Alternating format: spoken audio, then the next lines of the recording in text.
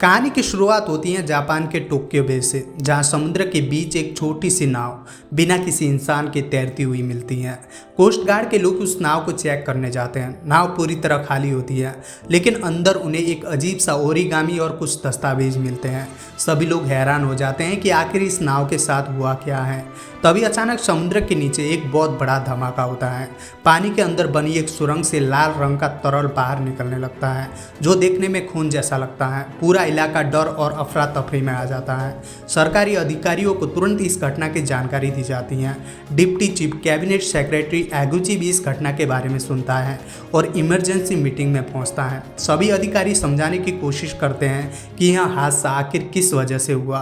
कुछ लोग कहते हैं कि शायद पानी के नीचे ज्वालामुखी जैसी गतिविधि हुई होगी, जबकि कुछ लोग इसे सुरंग की तकनीकी खराबी मानते हैं, लेकिन किसी के पास कोई साफ जवाब नहीं होता। इसी दौरान सोशल मीडिया पर कुछ वीडियो वायरल होने लगते हैं। लोगों ने समुद्र के पास एक अजीब और विशाल चीज को पानी में चलते हुए रिकॉर्ड किया होता है। वीडियो साफ नहीं होते, लेकिन इतना समझ आ जाता है कि पानी के अंदर कोई बहुत बड़ा जीव मौजूद है।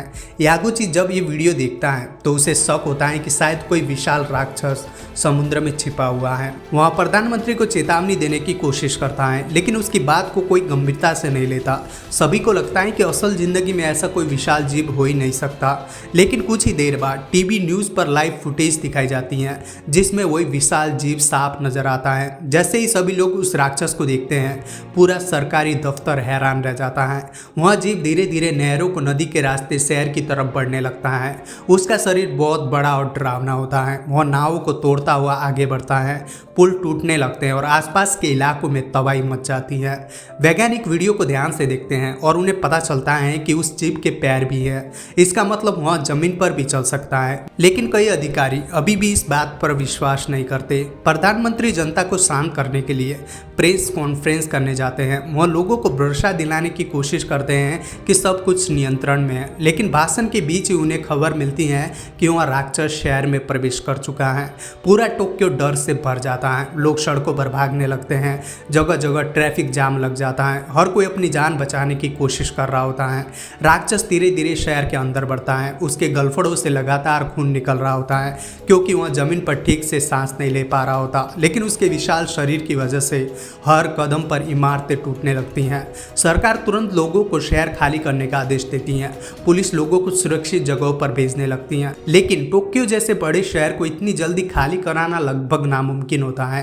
राक्षस सड़कों पर गाड़ियों को पलट देता है। कई इमारतें उसके शरीर से टकरा कर गिरने लगती हैं। कुछ लोग समय पर भाग नहीं पाते और इस तबाही का शिकार हो जाते हैं। टोक्यो का गवर्नर सेना की मदद मांगता है, लेकिन जापान के कानून के अनुसार सेना को आमतौर पर तभी इस्तेमाल किया जाता है जब किसी दूसरे देश से हमला हो। इसलिए प्रधानमंत्री को विशेष अनुमति देनी पड़ती है। आखिरकार फैसला लिया जाता है कि सेल्फ डिफेंस फोर्स को तैनात किया जाए। हेलीकॉप्टर और सैनिक शहर में भेजे जाते हैं। कुछ सैनिक लोगों को सुरक्षित बाहर निकालते हैं और कुछ हमले की तैयारी करते हैं। लेकिन तभी एक अजीब घटना होती है। राक्षस अचानक रुक जाता है और जमीन पर गिर पड़ता है। सभी लोग हैरान रह जाते हैं। ऐसा लगता है जैसे वह ठीक से सांस नहीं ले पा रहा। फिर धीरे धीरे उसका शरीर बदलने लगता है। उसके पंखों जैसी चीज़ों की जगह हाथ निकलने लगते हैं। उसकी त्वचा का रंग और गहरा तथा डरावना हो जाता है। वह तेजी से विकसित हो रहा होता है।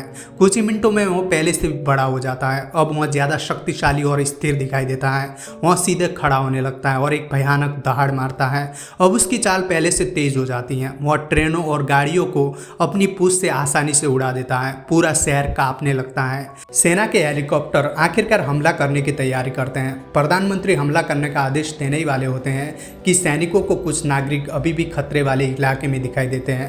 प्रधानमंत्री निर्दोष लोगों की जान खतरे में नहीं डालना चाहते, इसलिए वो हमला रोक देते हैं। सेना पीछे हट जाती है। राक्षस इसका फायदा उठाता है और धीरे धीरे वापस समुद्र की ओर चला जाता है। आखिरकार वह फिर से टोक्यो बे में गायब हो जाता है। सरकारी बैठक में सभी लोग स्थिति पर चर्चा करते हैं।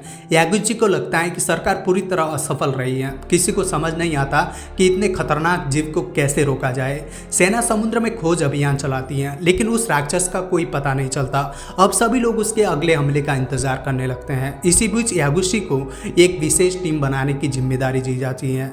उसका काम होता है उस राक्षस को समझना और उसे रोकने का तरीका ढूंढना। वैज्ञानिक उस जीव पर रिसर्च शुरू करते हैं। एक वैज्ञानिक सुझाव देता है कि वह वह जीव लगातार खुद को बदल सकता है। वह हर परिस्थिति के अनुसार अपने शरीर को विकसित कर रहा है। सबसे बड़ा सवाल यह होता है कि इतना विशाल जीव ऊर्जा कैसे बनाता है। इतने बड़े शरीर को चलाने के लिए असंभव मात्रा में ऊर्जा चाहिए होती है। रिसर्च के बाद वैज्ञानिक इस नतीजे पर पहुंचते हैं कि वह जीव अपने शरीर के अंदर जैविक परमाणु विखंडन कर सकता है, यानी उसके शरीर के अंदर किसी न्यूक्लियर रिएक्टर जैसी प्रक्रिया चल रही होती है। यहाँ सुनकर सभी लोग चौंक जाते हैं। इसका मतलब वह जीव रेडियो एक्टिव है। अब खतरा और भी बड़ा हो जाता है। सिर्फ तबाही नहीं बल्कि रेडिएशन भी लोगों के लिए बड़ा खतरा बन चुका होता है। तभी यागुची की मुलाकात कोयो नाम की एक महिला से होती है जो अमेरिका के राष्ट्रपति की प्रतिनिधि होती है।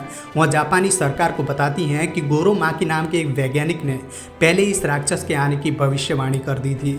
गोरो माकी वही व्यक्ति होता है जिसकी नाव शुरुआत में मिली थी।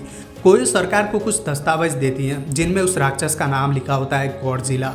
प्रोफेसर माकी ने गॉडजिला को एक ऐसी शक्ति बनाया था जो परमाणु कचरे की वजह से विकसित हुई। वैज्ञानिकों को पता चलता है कि इंसानों ने समुद्र में रेडियो एक्टिव कचरा फेंका था। उसी रेडिएशन की वजह से एक समुद्री जीव धीरे धीरे बदलता गया और आखिरकार गॉडजिला बन गया। यहाँ जानकर सरकार को एहसास होता है कि इस विनाश के लिए कहीं न कहीं इंसान खुद जिम्मेदार हैं। सरकार और वैज्ञानिकों की टीम अब पूरी तरह गॉडजिला को रोकने की तैयारी में लग जाती है। सभी लोगों को समझ आ चुका होता है कि अगर इस राक्षस को जल्द नहीं रोका गया तो पूरा जापान खतरे में पड़ सकता है। यागुची अपनी टीम के साथ लगातार रिसर्च करता रहता है। वैज्ञानिक गॉडजिला के शरीर से निकली रेडिएशन को ध्यान से जांचते हैं।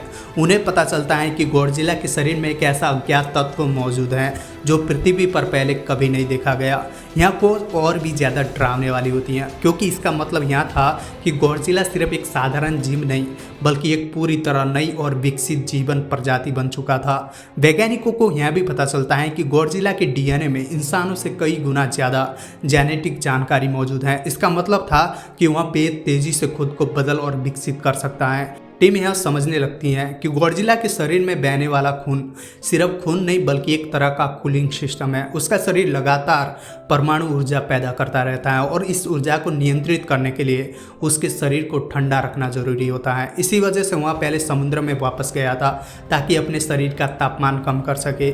इन सभी जानकारियों के आधार पर वैज्ञानिक एक योजना बनाते हैं। उनका विचार होता है कि अगर गॉडजिला की ऊर्जा खत्म कर दी जाए और उसके शरीर के अंदर एक विशेष कोएगुलेट डाला जाए तो उसका कूलिंग सिस्टम बंद किया जा सकता है। अगर ऐसा हो गया तो गॉडजिला का शरीर खुद ही जमने लगेगा।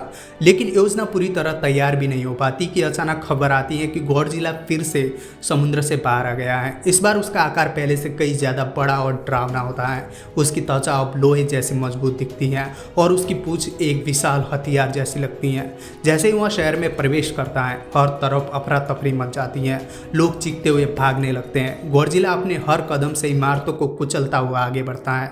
अब वह इतनी ऊंचाई तक पहुंच चुका होता है कि बड़ी बड़ी इमारतें भी उसके सामने छोटी लगने लगती हैं। सरकार समझ जाती है कि अगर उसे अभी नहीं रोका गया तो वह सीधे टोक्यो पहुंच जाएगा और शायद किसी न्यूक्लियर प्लांट को भी नष्ट कर सकता है।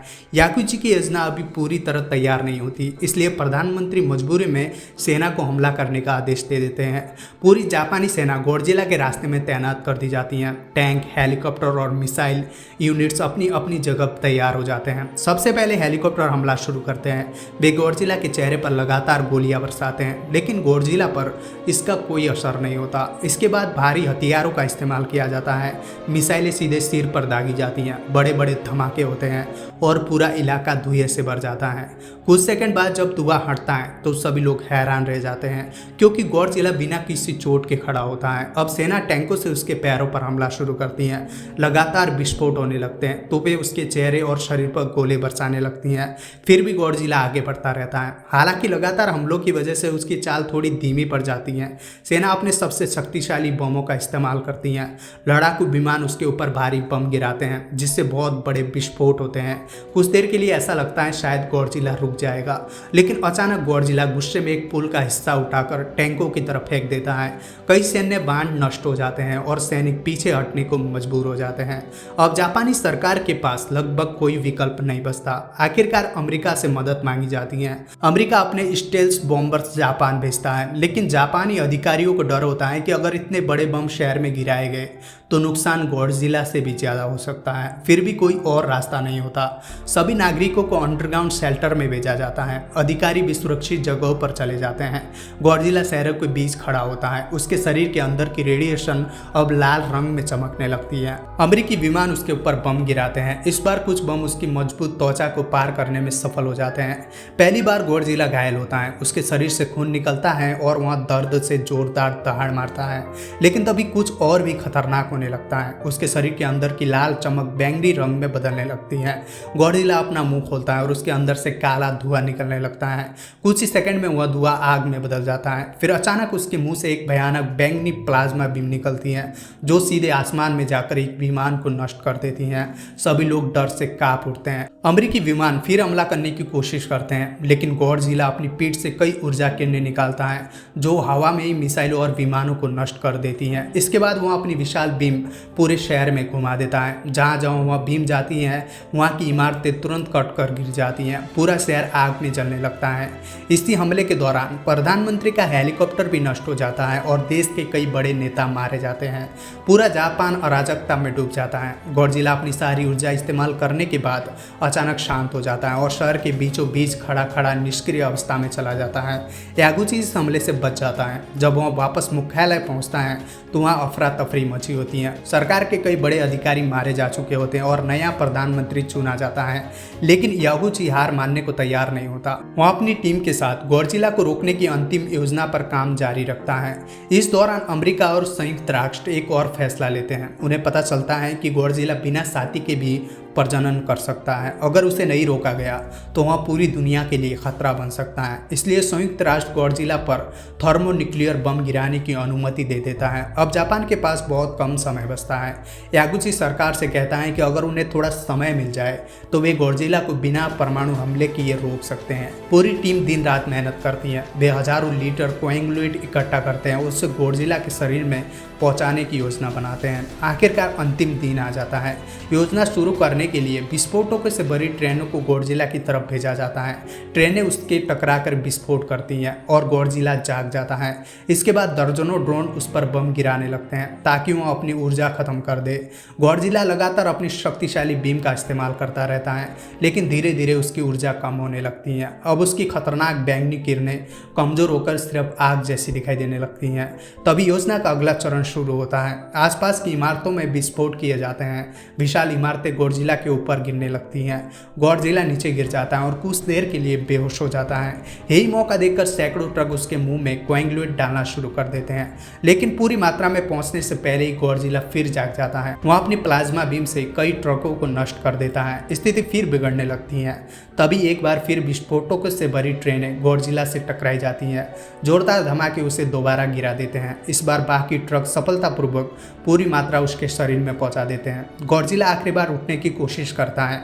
उसके शरीर से बैंगनी रोशनी निकलने लगती है, लेकिन अब उसका शरीर अंदर से जमना शुरू हो चुका होता है। धीरे धीरे उसका पूरा शरीर स्थिर हो जाता है। आखिरकार गॉडजिला पूरी तरह जम जाता है। सभी लोग राहत की सांस लेते हैं। वैज्ञानिक बताते हैं कि उसकी रेडिएशन कुछ समय बाद धीरे धीरे खत्म हो जाएगी। लोग दोबारा अपने घर लौटने लगते हैं। यागुची दुनिया के बाकी देशों के साथ सारी रिसर्च साझा करने का फैसला करता है ताकि भविष्य में ऐसी आपदा से बचा जा सके। लेकिन फिल्म के आखिरी दृश्य में एक बेहद डरावनी बात सामने आती है। गॉडजिला का शरीर जमने से पहले फिर विकसित हो रहा था। उसकी पूंछ पर इंसानों जैसे छोटे जीव बनने शुरू हो चुके थे। इसका मतलब था कि गॉडजिला अभी पूरी तरह खत्म नहीं हुआ था और शायद भविष्य में फिर लौट सकता था। अगर आपको ये एक्सप्लेनेशन पसंद आई हो तो वीडियो को लाइक और चैनल को सब्सक्राइब जरूर कर देना। तो मिलते हैं अगली वीडियो में, तब तक के लिए बाय।